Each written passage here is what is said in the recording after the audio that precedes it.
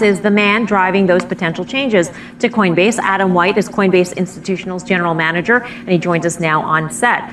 Adam, welcome to Fast Money. Great to have you here. Thank you. Great to be here. I would imagine that trading volumes have really dried up since the December peak. Is adding new coins a bid to just increase volume on the platform? Look, I think we have a long-term vision for the space, and we are focused on building the exchange, the wallet, the custodian that allows capital to move into the space and for price discovery to happen.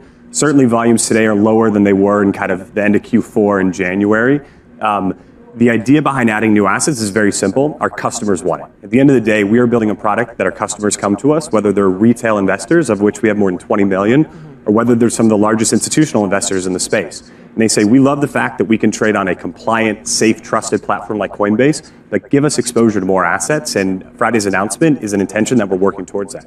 Is there another set of criteria now that you have the Coinbase Index Fund? I mean, is adding an asset to the platform an indirect way of saying we are bullish on these coins because that index fund is going to carry every single coin that's traded on the platform? It's certainly not bullish. It is absolutely an indication that that asset is past what we call our digital asset framework.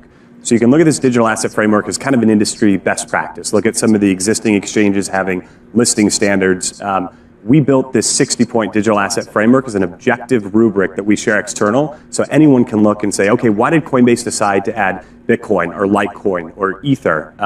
We want to be able to share that information transparently and also help guide the industry towards what we think are best practices for creating assets. So a question just on the institutional side. People are talking about the institutional money coming to this platform, coming to this security, this level of securities. When I look at our firm and say the marketing aspect behind it for us has been fierce, right? We're trying to get the institutions like up to speed on these assets, et cetera. What kind of ramp are you guys seeing from the institutional side as far as year over year ramp, as far as fund flows or just interest? I'd say unprecedented, right? What's so unique about cryptocurrencies, in many ways, this asset class was driven by retail investment, right? Not institutions. What we saw throughout 2017 is that institutional conversation became more and more profound to the point where we've opened up a New York office. We've launched a suite of institutional products. Coinbase Custody launched for business just a few weeks ago. We're in the process of onboarding our third tranche of initial institutional investors. We announced Coinbase Prime, kind of our akin prime broker offering in the space. And probably just as importantly, Coinbase Markets, a low latency matching engine that's being built out of a Chicago office. All those are incredible steps forward. What we're seeing with institutions, though, is they want absolutely the right regulatory structure around it as well. So we're really happy to announce today that we've acquired a series of broker-dealer licenses. We acquired a broker-dealer, an ATS, and an RIA.